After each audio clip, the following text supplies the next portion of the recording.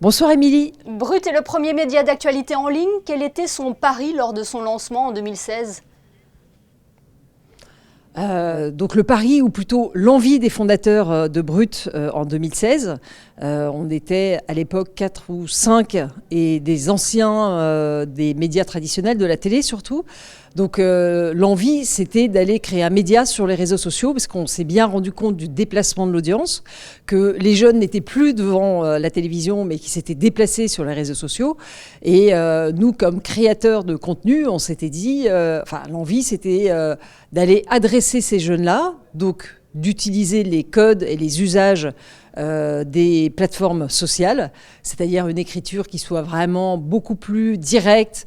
Il faut que la promesse éditoriale soit claire tout de suite et bien tenir compte qu'on est dans un autre environnement, on est sur les plateformes sociales, donc il y a des commentaires. Dans les commentaires, si jamais vous dites une erreur, si vous faites une faute d'orthographe, les commentaires vont le noter et donc ça va dégrader la crédibilité du média qu'on était en train de lancer.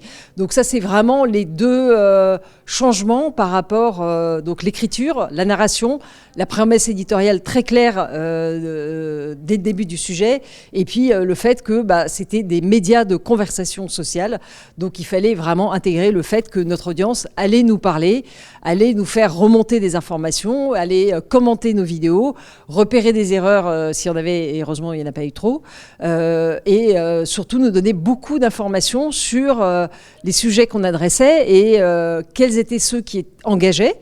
Et puis peut-être pourquoi pas aller plus loin dans le traitement de certains sujets. Je me souviens au tout début un sujet sur un député polonais qui avait fait une remarque particulièrement machiste à une jeune députée et ça avait énormément engagé sur Brut. Donc on a vraiment senti en fin 2016 ce mouvement de demande d'égalité homme-femme.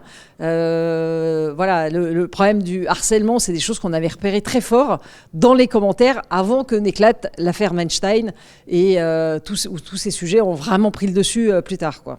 Oui, on l'entend, le besoin d'information n'a jamais été aussi prononcé. C'est comme cela qu'on pourrait expliquer le succès de Brut ? Le besoin d'information, et puis c'est une information un peu différente.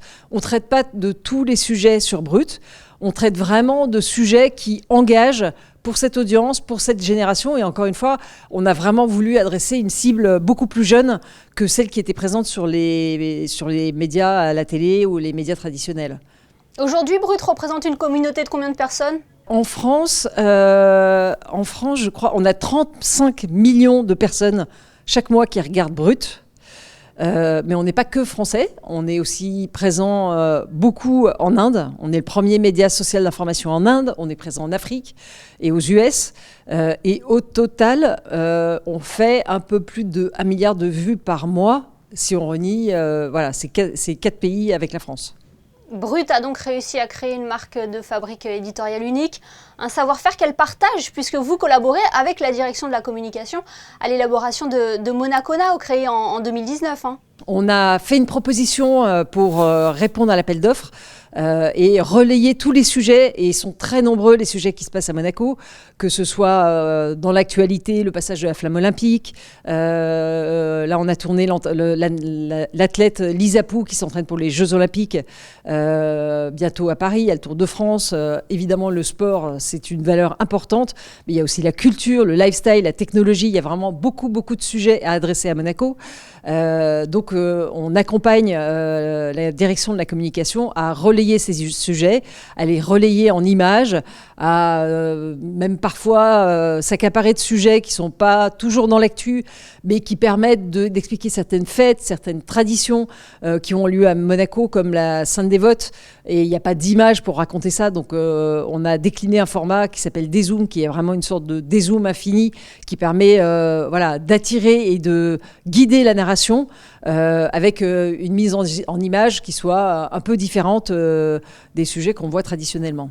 Justement, comment on aborde la création d'une autre marque qui a la spécificité ici de mettre en avant l'actualité de la principauté ? Oui, en fait, c'est pas tellement la taille du territoire. Les sujets sont très nombreux et ce qui est important sur les réseaux sociaux, c'est de vraiment bien angler le sujet. C'est vraiment une info très simple qui permet d'ouvrir et de présenter les avantages de Monaco. Après, il se passe beaucoup de choses. Il y a l'exposition Barcelo qui a ouvert à la Villa Paloma. Il y a l'exposition Turner. Il y a des ventes. Il y a l'exposition des Ferrari dans la collection des voitures du Prince. C'est vraiment... il y a quand même beaucoup de sujets. Peu importe la taille du territoire, ce qui est important, c'est des incarnants, des idées, des sujets, des informations à relayer sur les réseaux sociaux. Oui, et toutes les informations que vous avez mentionnées sont à retrouver donc sur Monaco Now. Merci beaucoup Diane de McMahon d'avoir été notre invitée ce soir. Merci à vous.